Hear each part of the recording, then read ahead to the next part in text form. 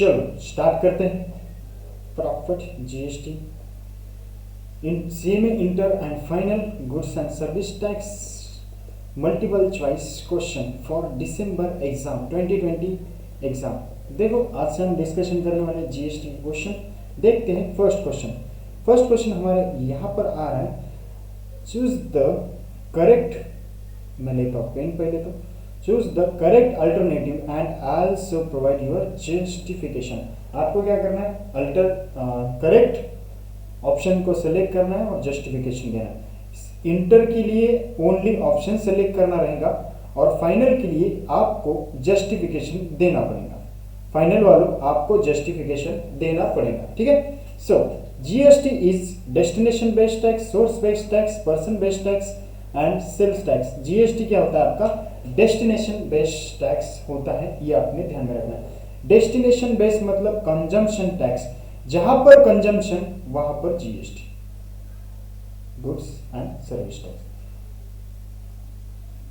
समझ में आया, जहां पे कंजम्पशन वहां पे GST. Next, GST is destination based हो गया। One of the following product is out of GST, natural gas, milk, medicine, all of the above. All of the above नहीं है, मेडिसिन ये इंक्लूडेड है। आपका जो नेचुरल गैस है ये आउट ऑफ द जीएसटी है, इसको अभी तक जीएसटी में लाया गया नहीं है, इस पर अभी भी आपका एक्साइज ड्यूटी ही लगता है। सो ये जो रहेगा petroleum product, natural gas and aviation turbine fuel are out of GST, ये आपने ध्यान में रखना है। सर मिल्क ये कवर है क्या, yes covered under GST. Okay next, medicine लेते हो तो आपको जीएसटी का बिल मिलता है, याद करो मेडिकल में जाने के बाद। अब दूध डेयरी से लाते हो दूध तो वहां पर जीएसटी लगता है उस दूध पॉकेट पर। Okay, the activities to be treated as supply of goods और service are referred in. Activities को गुड्स और सप्लाई अगर बोलेंगे तो वो कहाँ पे आ जाएगी। हमने देखा था जीएसटी के सेक्शन 7 में आपके दिए भैया 3 शेड्यूल। क्या दिए है, 3 शेड्यूल।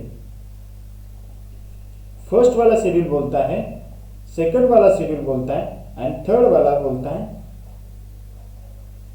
बोलता है एग्जम्पशन, यानी कि no GST on this transaction. यहां पर बोलता है सर्विस है या गुड्स है, इसका डिस्कशन यहां पे करते हैं। एंड यहां पर आप कोई भी सर्विस या गुड्स प्रोवाइड करते हो विदाउट कंसिडरेशन तो भी वो सप्लाई माना जाता है। ओके, तो यहां पर हमने देखा क्वेश्चन क्या है हमारे लिए, activities to be treated as supply of goods और service of service are refer to in schedule 2 में ये कवर किया जाता है, ये आपने ध्यान में रखना है। चलो यहां पर एक्सप्लेनेशन दिया उसका, as per section 7 the activities to treated as supply of goods और सर्विस और refer to in schedule 2। Okay, schedule 2 में कवर किया जाता है। शेड्यूल 1 का एक्सप्लेनेशन दे दिया, 2 का दे दिया एंड 3 का भी मैंने दे दिया है। चलो नेक्स्ट क्वेश्चन आपके सामने आ रहा है, क्वेश्चन नंबर 4 आज का। गिफ्ट, अगर बात करें गिफ्ट की तो कौन देता है किसको, gift not exceeding in value of financial year by an employer to an employee shall not be treated as supply of goods और सर्विस बोथ। अगर आपका एम्प्लॉय है, बोलो हाँ एम्प्लॉय है, एम्प्लॉयर है, एम्प्लॉय को गिफ्ट दे रहा है, एम्प्लॉयर को गिफ्ट दे रहा है, एम्प्लॉय को गिफ्ट दे रहा है, एम्प्लॉयर वो गिफ्ट दे रहा है 50,000 गिफ्ट दे रहा है, तो उस सिचुएशन में अगर अप टू 50,000 रुपीज है तो नो जीएसटी। एक्सेस 50,000 हो गया ना भैया तो ये आ जाएगा आपका जीएसटी। यहाँ पर आपका आंसर क्या रहेगा, 50,000। चलो रीजन देखते हैं, नेक्स्ट रीजन देखते हैं। As per schedule 1 of gift not exceeding 50,000 in value in the financial year by employer to and employee shall not be treated, क्या है, shall not be treated supply goods और service और both. Okay, answer यहाँ पर हो गया आपका complete. Guys basic question है, फटाफट रिवीजन करेंगे, जितना बेसिक आपका कंप्लीट हो जाएगा उतना आपका कंसेप्टेबिलिटी स्ट्रांग हो जाएगा। नेक्स्ट क्वेश्चन, 5th क्वेश्चन आ रहा है आपके सामने, कंपोजिट सप्लाई मीन। देखो कंपोजिट सप्लाई के लिए यहाँ पर ऑप्शन नंबर 1 दिया है, बी दिया है, सी दिया है, D none of the above. None of the above हमें पढ़ना नहीं है। चलो ए में बोलते हैं supply made any by any person to a recipient consisting of two or more supply goods or service or both or any combination thereof which are naturally bundled and supply in conjunction with each other। Good, बहुत अच्छा explanation है। अब B का explanation देखते हैं। A supply made bye a taxable person, यहाँ पर देखते हैं क्या चेंजेस किया उन्होंने। जो भी चेंजेस हैं मैं उसको हाईलाइटेड करता हूँ। टैक्सेबल पर्सन तो उसमें एनी पर्सन और taxable person to a recipient consisting of two or more taxable supply of goods or service or both or any combination thereof which are naturally bundled supply in conjunction with each other in the ordinary course of business, one of which इस principal supply. अगर आप किसी को भी supply करते हो to और मोर, mobile ले लिया आपने, आपको क्या मिलेगा? चार्जर मिलेगा। ये आपने ध्यान में रखना है। तो प्रिंसिपल सप्लाई के ही वहां पर आपको क्या किए जाते हैं?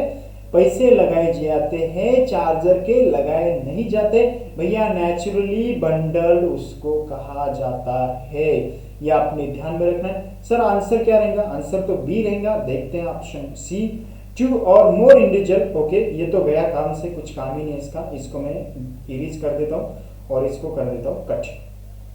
अब देखते हैं इसका रीजन। बी क्यों हमारा आंसर है, देखते हैं बी हमारा आंसर क्यों आ रहा है यहाँ पर।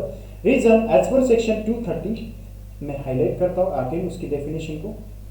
As per section 230 composite supply means supply made by taxable person to a recipient consisting of two or more taxable supply of goods or service or both or any combination there which naturally bundled and supply in conjunction with each other in ordinary course of business, one of which principal supply।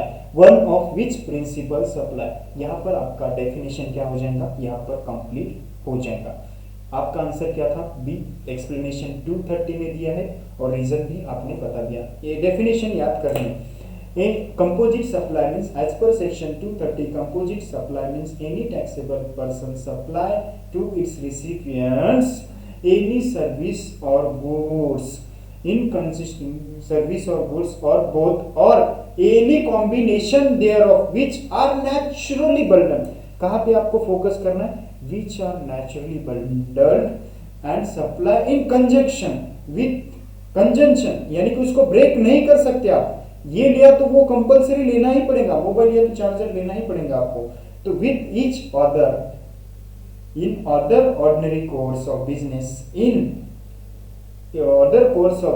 one of each a principal supply। तो आपका answer यहाँ पर B रहेगा। चलो question देखते हैं। Mix supply आ गया हमारे सामने। मिक्स सप्लाई मतलब क्या होता है और ये देखते हैं, इसका भी एक्सप्लेनेशन वगैरह सब कंप्लीट कर रहे हैं।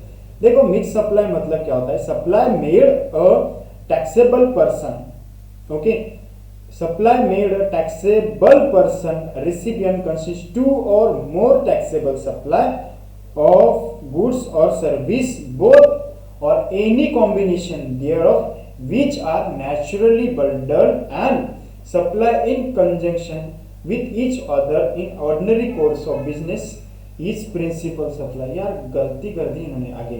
ये क्या कर दिया उन्होंने? डेफिनेशन 230 जो हमने देखा था कंपोजिट सप्लाई का ही डेफिनेशन एज इट इज दिया है। तो ये आंसर जो रहेगा, ये आंसर हमारा नहीं रहेगा, गलत है।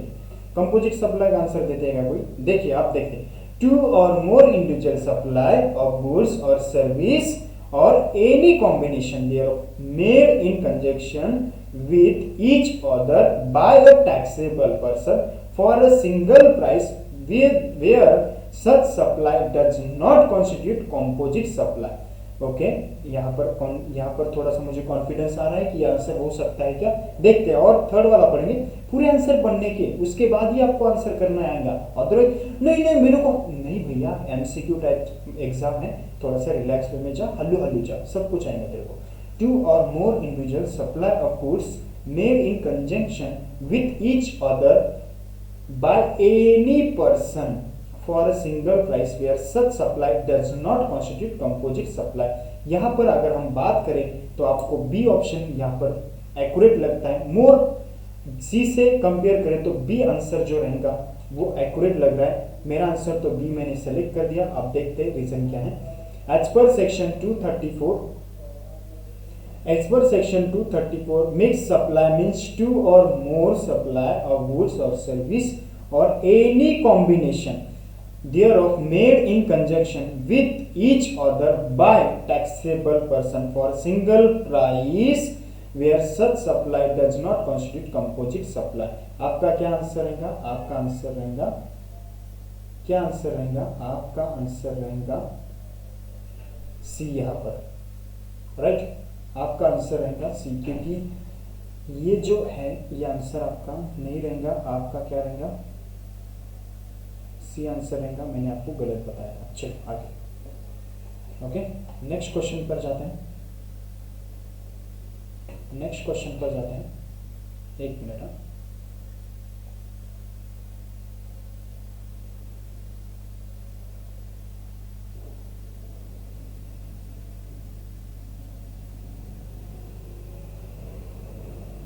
चलो next question, just 1 minute, 1 minute.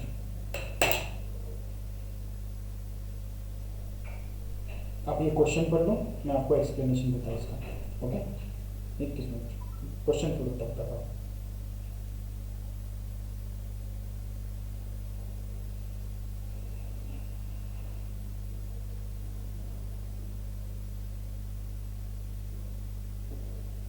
Question पढ़ो, मैं आपको आंसर देता हूँ इसका, टाइम वेस्ट मत करना।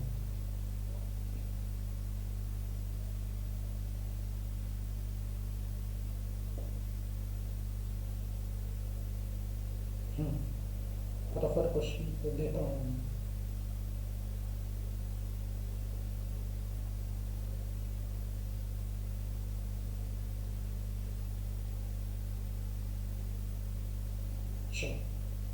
क्वेश्चन क्या आ रहा है हमारे सामने?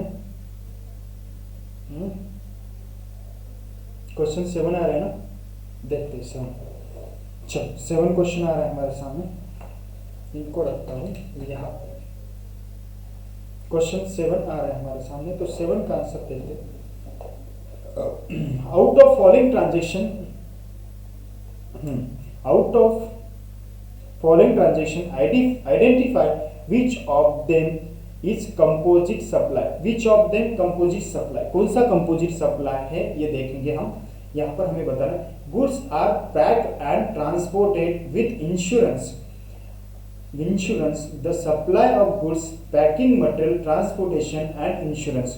ओके, ये भी दिया है। Supply of packing consisting of can foods, sweets, chocolates, cakes, dry fruits, और उसके साथ साथ aerated drinks or fruits juice when supply for single price. ये क्या है आपका? ये आपका मिक्स सप्लाई है, क्योंकि सारा मिक्स कर दिया है आपने। और उसके साथ साथ ये क्या है आपका? ये आपका कंपोजिट सप्लाई।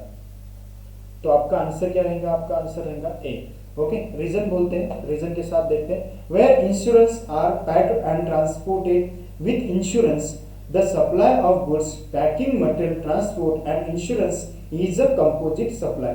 अब नेक्स्ट क्वेश्चन आ रहा है, आपने समझ, what are the tax levied on intra state supply. Intra और इंटर दो टाइप्स के सप्लाई होते हैं, इंटर और इंट्रा। ओके, ये इंट्रा बोल रहा है, इंटर नहीं बोल रहा है। तो इंट्रा बोल रहा है तो इसका मतलब CGST IGST लगने वाला है। आपका आंसर क्या रहेगा? डी रहेगा। देखो, in case of intra state supply, CGST payable to central government and SGST payable to state government. Okay, ये आपका आंसर रहेगा। देखो नेक्स्ट क्वेश्चन आ रहा है आपके सामने, what is the maximum GST rate present levied on any product और service combinedly CGST and SGST कितना रहेगा। आप अगर बात करेंगे तो हाईली रेट क्या है जीएसटी का, हाईली रेट 28% है। ये आपने ध्यान में रखना है। ये क्वेश्चन आ सकता है या नहीं आ सकता है, बट बेसिक देख रहे हैं, जितने हम बेसिक देखेंगे उतने आपके कंसेप्ट क्लियर हो जाएंगे। The limit of maximum rate of GST 28%। Reason, sir हम सीए में इंटर को है, हमें रीजन देखने क्या, भैया रीजन भी पढ़ लो ना, थोड़ा सा एक्स्ट्रा नॉलेज हो गया तो क्या आपको क्या दिक्कत जा रही क्या, कोई टेंशन नहीं लेने का, रीजन भी पढ़ने का।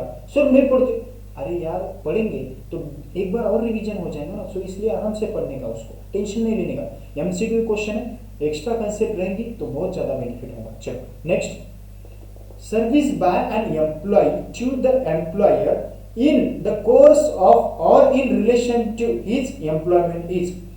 सर्विस क्या कर रहे हैं भैया, service by an employee to employer, क्या हो जाएगा ये कवर होती है एक्टिविटी, कहाँ पे कवर होती है, सर्विस शेड्यूल 3 में होती है।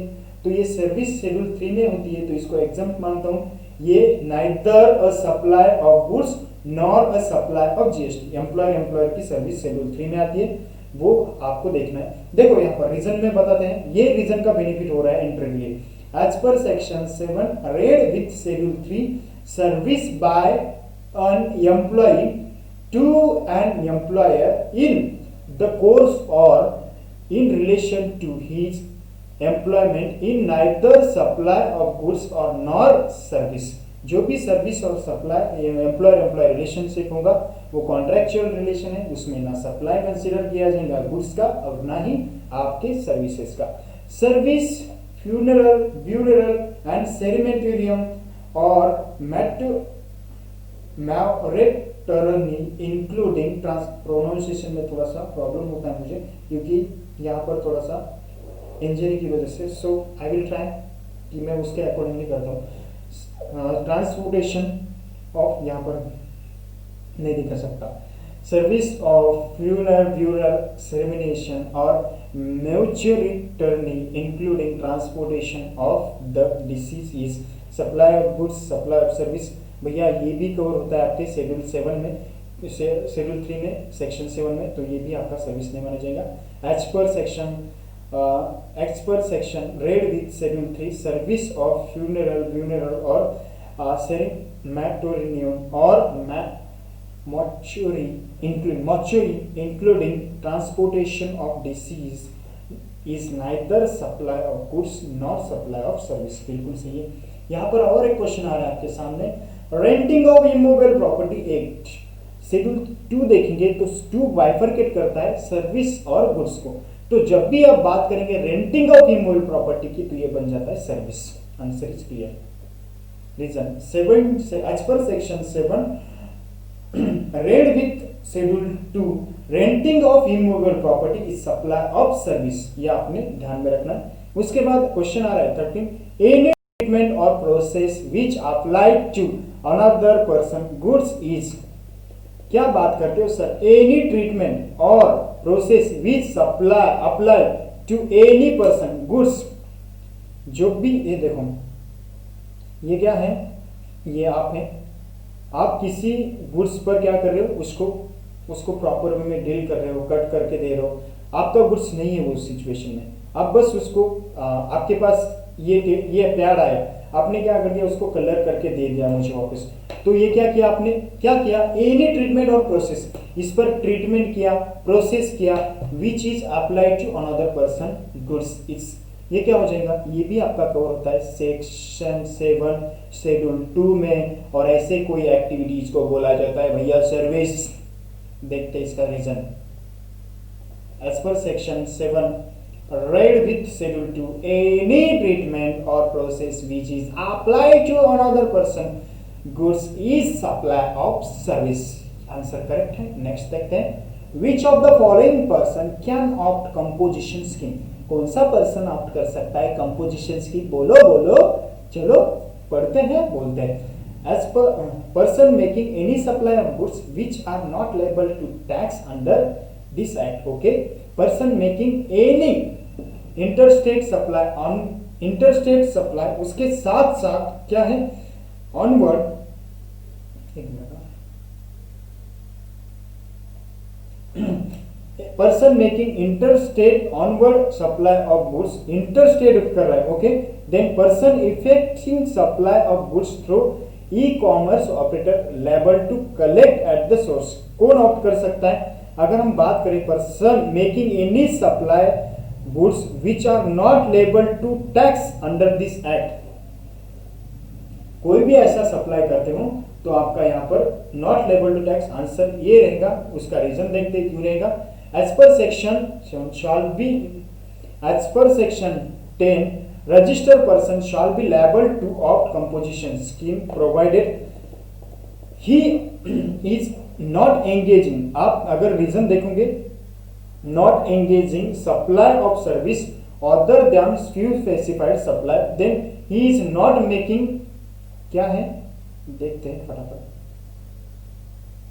he is not engaging any making supply of goods which are levied tax under the act, बिल्कुल से हमारा ऑप्शन करेक्ट है।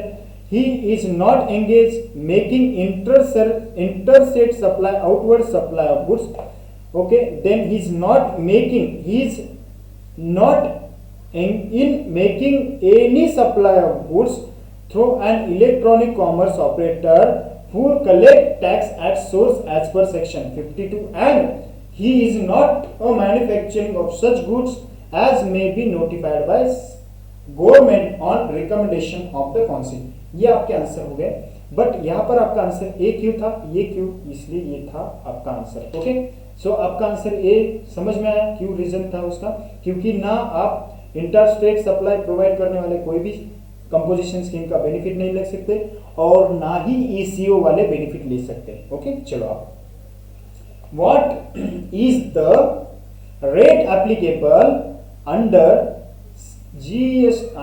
CGST to restaurant service provider opting to tax under composition scheme। भैया मैं restaurant वाला हूँ, क्या करूँ, नाचू क्या, रेस्टोरेंट वाला है तो कंपोजिशन स्कीम है तो टैक्स पे करना, तेरे को टैक्स लगेगा 2.5%, बात क्यों करता है। चलो रीजन देखते हैं क्यों लगता है। As per section restaurant service provider opting to tax under composition scheme is liable to pay GST 2.5%। Can register person opt for composition scheme only for one out of his 4 business vertical having same पैंडमन। भैया ऐसा नहीं चलेगा, तूने opt करना है ना तो सारे इसको करना होगा, वर्टिकल को करना होगा, बिजनेस वर्टिकल को, एक को करेगा तो कैसे चलेगा रे। अगर एप्लीकेबल करना है तो सबको करना पड़ेगा, नहीं तो किसी को भी नहीं देंगे। गवर्नमेंट बोलती है तेरे को कंपोजिशन स्कीम लेनी है ना, मोदी बोलते हैं कैसे, भाई और मित्रों तुम्हें कंपोजिशन स्कीम लेना है ना तो सबको ले लो, नहीं तो किसी को भी नहीं मिलेगी। तो ये ऑप्शन क्या रहेगा, सॉरी मिमिक्री नहीं कर रहा हूँ, बस एक्शन करो। चलो नो रहेगा, क्यों देखते। Subject to approval of central government, yes subject to approval of concern state government, यहाँ पर नहीं चलेगा, आपका आंसर नो है। रीजन बता रहा हूँ, composition scheme is levied for all business vertical with the same और taxable person will not have option to select composition scheme for one opt pay tax as per regular options for others। क्या करना पड़ेगा उसको, no option opt pay tax as per regular for option और पैन taxable not have option to select composition scheme for one, किसी एक के लिए आप कंपोजिशन स्कीम नहीं ले सकते। जैसे मोदी जी बोलते लेना है ना तो सबको ले लो, नहीं तो किसी को भी नहीं मिलेगा। तो क्या होगा, scheme one of pay tax as per regular.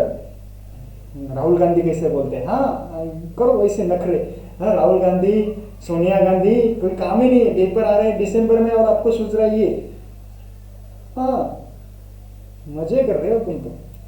Which of the following will be excluded from the composition of aggregate turnover. क्या बात करते हो, कंपटीशन करना है एग्रीगेट टर्नओवर का, तो हम क्या क्या इग्नोर करते हो, क्या वैल्यू ऑफ टैक्सेबल सप्लाई बिल्कुल कवर किया जाता है, वैल्यू ऑफ एग्जाम सप्लाई बिल्कुल कवर किया जाता है, okay will be excluded not taxable supply और value inverse supply reverse charge basis ये कवर नहीं किया जाता है, ये सारा कवर किया जाता है। एग्रीगेट टर्नओवर की डेफिनेशन 2.6 में दी है, उसके रीजन के साथ बोलते हैं ये रिवर चार्ज जो भी होता है ये यहाँ पर कवर नहीं किया जाता है, ये आपने ध्यान में रखना है। उसकी डेफिनेशन में पढ़ता हूँ, as per section 26 aggregate turnover means the aggregate value of all taxable supply. देखो ऑल टैक्सेबल, एक एक हैंड राइटिंग को, all taxable supplies excluding value of inward supply in which tax payable by a person on reverse charge basis,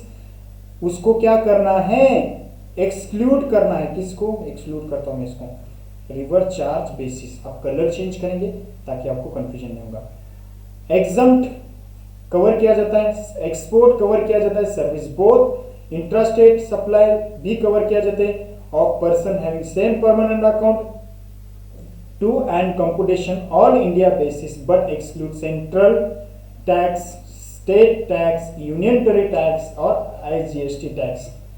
इसको बता दो sir ये state tax, भैया ये स्टेट CGST है, SGST है, IGST है और उसके साथ UTGST है। ये कवर नहीं किए जाते और RCM भी कवर नहीं किया जाता है, बाकी सबको कवर किया जाता है, ये आपने ध्यान में रखना। यहाँ पर हो गया एग्रीगेट टर्नओवर का डेफिनेशन 26 कवर। आगे चलते हैं, फटाफट देखते हैं। Silk yarn produced by A Limited और trader GST is payable by, किसको, silk yarn produced by A Limited from a trader, GST is payable by A Limited trader। Silk yarn किसने produce किया, A Limited ने। GST कौन पे करेगा यहाँ पर ट्रेडर पे करेगा।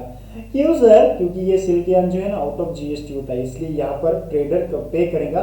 सर क्या, कैसे पे करेगा, RCM लगेंगे इस पर। देखते हैं reason. 9 as per section 9(3) procurement of like silk yarn river charge is applicable, thus A Limited is liable to pay GST। Sorry, A Limited किसने, silk yarn produced by A Limited from a trader, produced by from a trader। यहाँ पर trader होना चाहिए था, गलती से उन्होंने क्या कर दिया है, A Limited कर दिया है। Silk yarn produced by A Limited from a trader, produced by A Limited from a trader, GST payable by, okay ठीक है, A Limited आंसर करो इसे।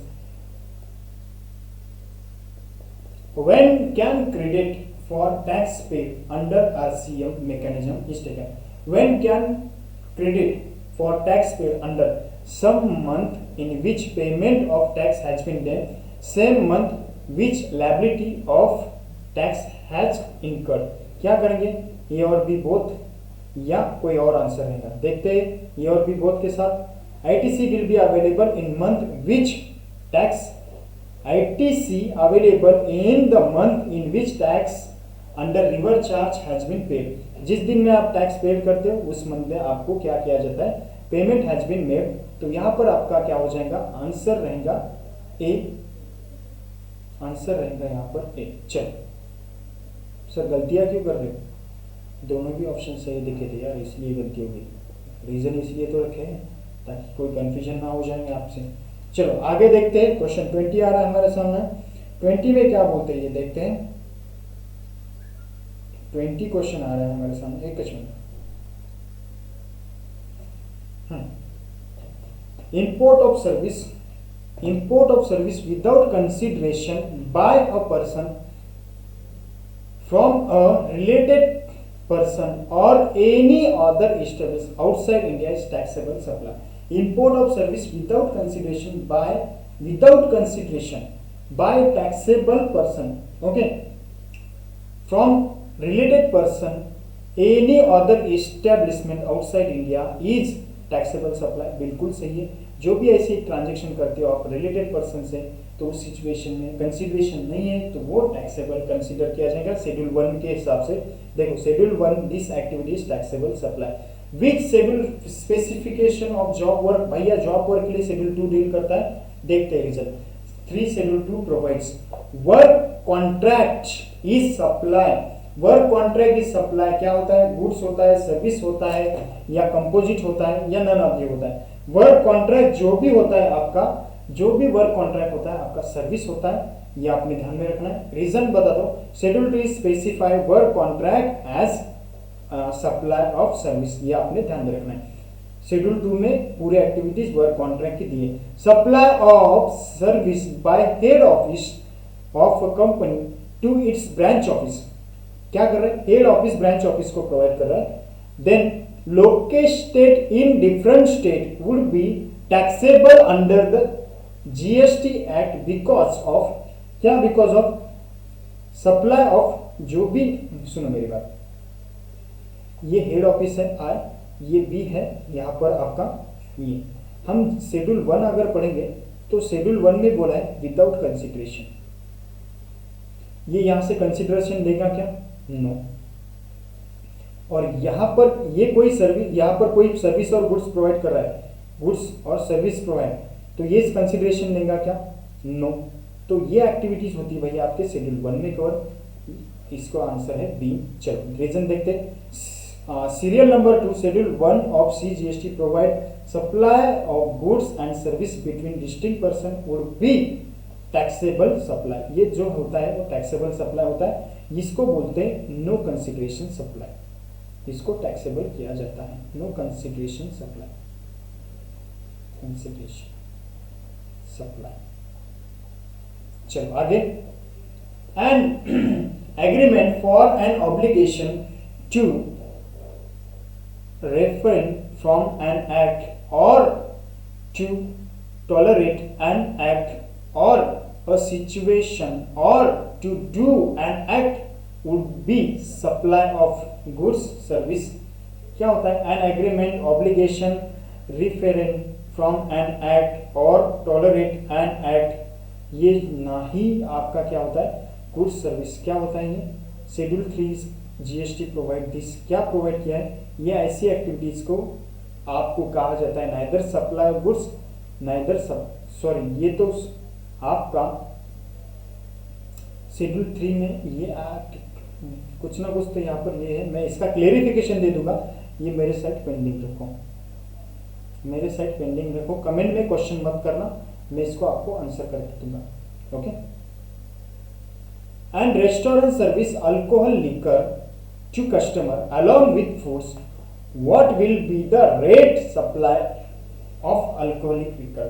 जब भी रेस्टोरेंट अल्कोहलिक लिकर के साथ क्या कर रहा है, उसके साथ वो क्या कर रहा है, सप्लाई कर रहा है, खाने के साथ अल्कोहल भी सप्लाई कर रहा है, तो मुझे बोलो अल्कोहलिक लिकर आपका कवल है क्या जीएसटी में, अल्कोहलिक लिकर कवल नहीं है, तो अल्कोहलिक लिकर नहीं कवल है तो वो नॉट टैक्सेबल होगा। सर आप ये क्यों करें, अल्कोहलिक लिकर का नाम आने के बाद ऐसा होता है, लोग ऐसी बात करते हैं ना, तो उसके लिए ये अल्कोहलिक लिकर जो होता है वो कवर नहीं होता है, तो उसको नॉट टैक्सेबल कहा जाता है। यहाँ पर as per definition given in article 366 12A GST cover all the goods except alcoholic liquor for human consumption, its means no GST can be levied on alcoholic liquor for human consumption. यहाँ पर क्या रहेगा आपका answer, यह answer रहेगा आपका not taxable, okay। article 366 definition exempt supply does not include following, क्या क्या नहीं कवर होता है, डेफिनेशन में कौन सा सप्लाई कवर नहीं होता है, देखते हैं। Supply attracting nil rate of tax, okay, ये कवर होता है, नील रेट कवर होता है। Then wholly exempt from tax, ये भी कवर होता है। Supply attracting tax rate of 0 और नॉट टैक्सेबल सप्लाई, ये तीनों भी कवर होते हैं, बट ये कवर नहीं होता है। Nil rate, zero rate supply मतलब गवर्नमेंट ने उसको जीरो कर दिया, वो नील रेट है क्या, नहीं है, वो एग्जम्प्ट है क्या, नहीं है, कुछ रीजन से उसको नील रेट कर दिया, इसका मतलब आपका आंसर रहेगा zero rate and hence will be taxable supply. Zero rate is and hence will be taxable supply, ये टैक्सेबल सप्लाई है, ये आपने ध्यान रखना, इसलिए यहाँ पर एग्जाम में नहीं कवर किया जाएगा। Service imported by siege developer or unit are registered regarded as unit as exempted service, taxable service और कौन सी service, service import by siege developer or unit regarded as, ये exempted service कहा जाती है। देखते हैं रीजन क्यों कहा जाती है। All services import by unit developer in the special economic zone for authorized operator are exempt from the whole of IGST integrate tax leviable thereon as per section 37 custom tariff 1974 read with section 5 of IGST 2017 notification 18 2017 integrated tax date on 5th जुलाई। तो यहाँ पर custom लगता है, तो इस situation में आपको कोई भी टेंशन लेने की जरूरत नहीं। सप्लाई टू और by SEZ unit developer is an, कौन सा सप्लाई माना जाता है?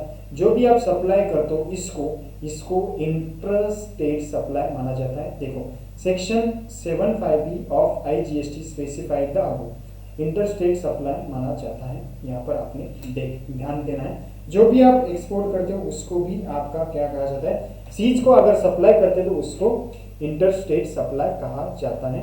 Then service imported into India is regarded as, बाहर से कोई सर्विस इंपोर्ट कर रहे हो वो भी आपका यहाँ पर क्या कंसिडर किया जाता है? वो भी आपका इंटरस्टेट सप्लाई कंसिडर किया जाता है as per section 7(4). Choose the correct answer. Part 2 देख रहे हैं हम इसका। पार्ट 2 हमने अभी तक कितने एमसीक्यू देखे, ये पढ़ सकते हो तो आपको समझ में आएगा। हमने इतने एमसीक्यू देखे। ओके, चलो आप पार्ट 2 देखते हैं। What is the time of supply of goods in case of forward charge? Forward charge के केस में क्या टाइम रहता है आपके सप्लाई ऑफ गुड्स का? बताओ क्या टाइम रहता है फॉरवर्ड के में? टाइम ले लो और मुझे बताओ। ए ऑप्शन है डेट ऑफ इनवॉइस और दूसरा है due date issue of invoice. क्या आंसर रहेगा आपका? बोलो। अरे बोलते क्यों नहीं? क्या रहेगा? फॉरवर्ड चार्ज मतलब क्या सर? नॉर्मल चार्ज होता है, normal charge. Date of issue of invoice और due date of issue of invoice, A और बी दोनों में से विच इज अर्लियर कोई भी हो सकता है, ये आपने ध्यान में रखना है। एज पर सेक्शन 12, मैं रीजन बता रहा हूं उसका। एज पर सेक्शन 12, अपना येलो कलर अच्छा है। As per section 12 the time of supply of goods shall be either of following dates. एक तो ये क्या हो जाएगा? The date of issue of invoice by the supplier और the last day on which he is required to issue the invoice with respect of the goods or service। यहाँ पर देखो, अगर बात करें सेक्शन 12 की, of supply of goods shall be the earlier of the following dates। कौन सा है?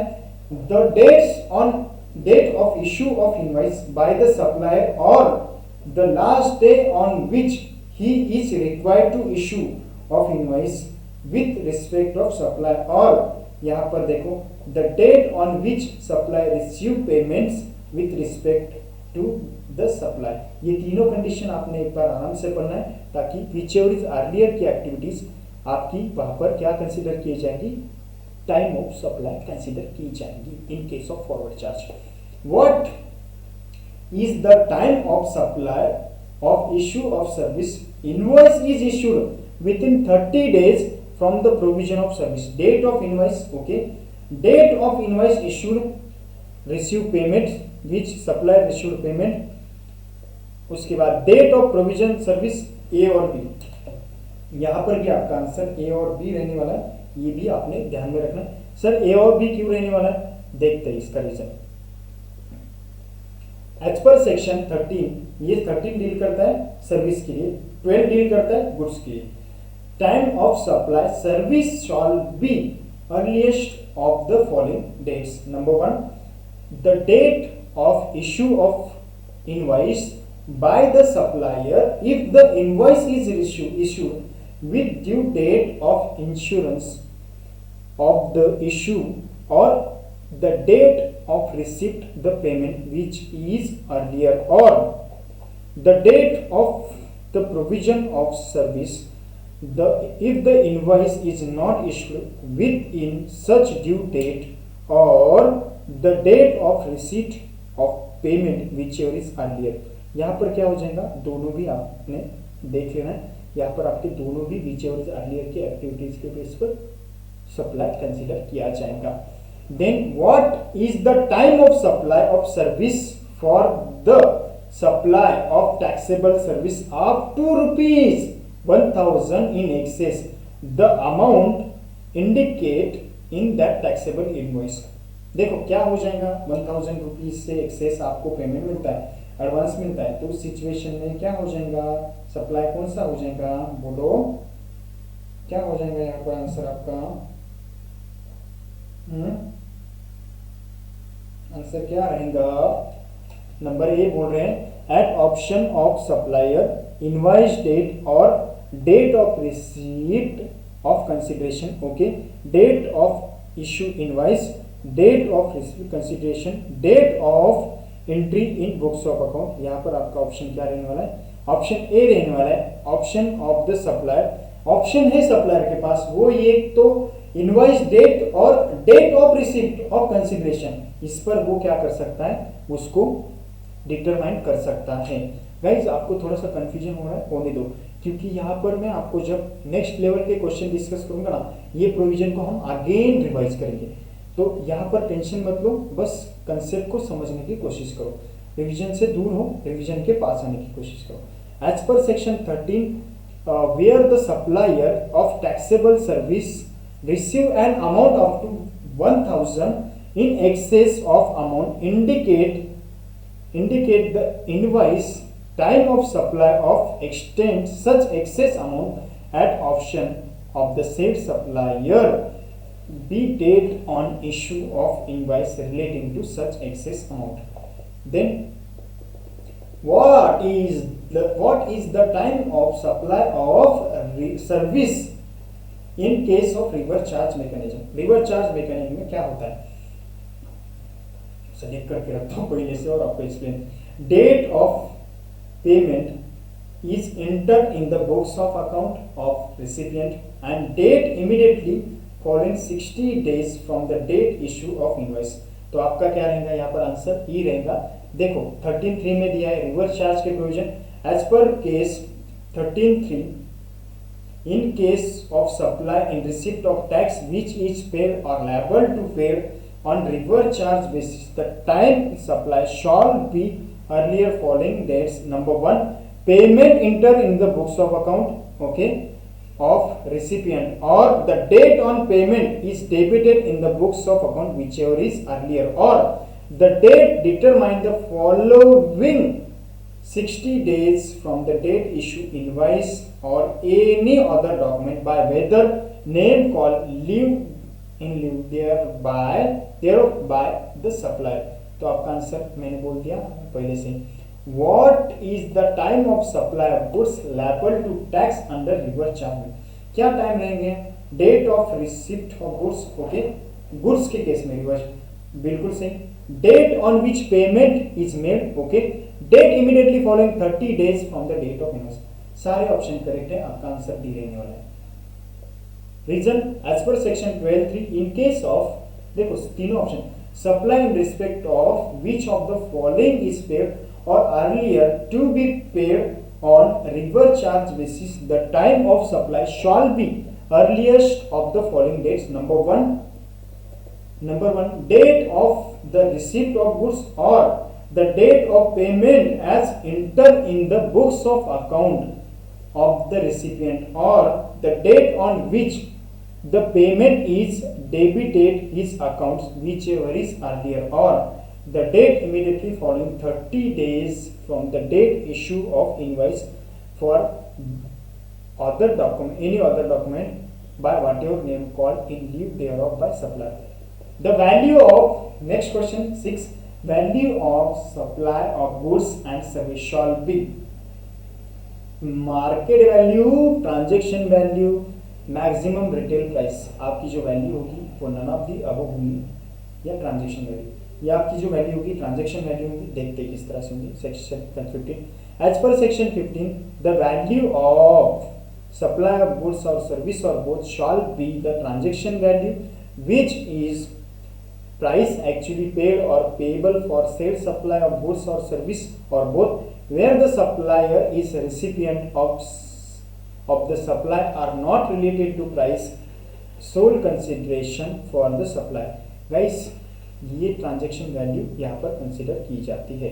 व्हेन कैन, देखो when can the transaction value be rejected for computation of value supply, then can the rejection नहीं की जाती, क्या की जाती है? When the buyer and seller related to price is not the sole consideration, when the buyer and seller are related or price is not sole consideration, it can be rejected when the goods are sold by low reason. Okay, यहाँ पर हम क्या करते हैं, stop करते हैं। चलो आज के लिए इतना काफ़ी करते हैं और कल के सेशन में पूरा ये डिस्कशन कंप्लीट करेंगे। सो गाइज आई होप ये आपको अच्छा लगा होगा सेशन।